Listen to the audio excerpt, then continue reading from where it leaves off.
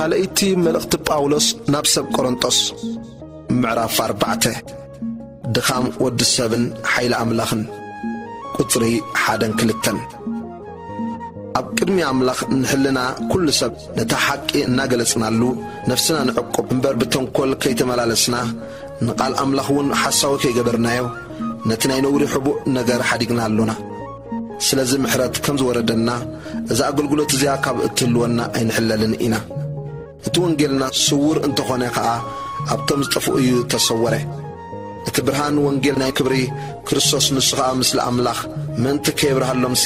ኣምላኽ ዝዓለም እዚኣ ንሓሳብ እቶም ዘይኣምኑ ኣዕሮ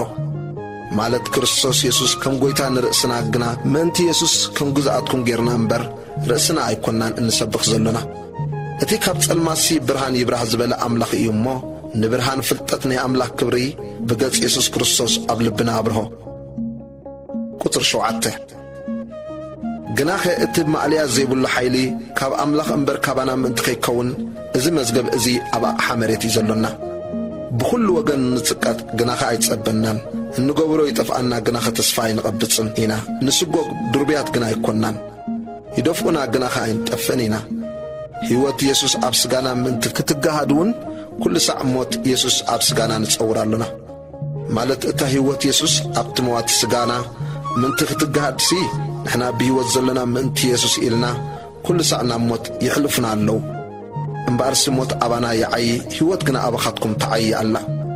ግናኸ እቲ ንጐይታና ኢየሱስ ዘተንስኦ ንኣናውን ምስ ኢየሱስ ከም ዘተንስኣና እሞ ምስኻትኩም ኣብ ቅድሚኡ ከም ዘቑመና እናፈለጥና ከም ተኣሚነ ስለዚ ተዛረብኩ ዝብል ጽሑፍ ዘሎ እቲ ሓደ መንፈስ እምነት ካብ ዝህልወና ንሕና ድማ ንኣምን ስለዚ እውን ንዛረብ ኣሎና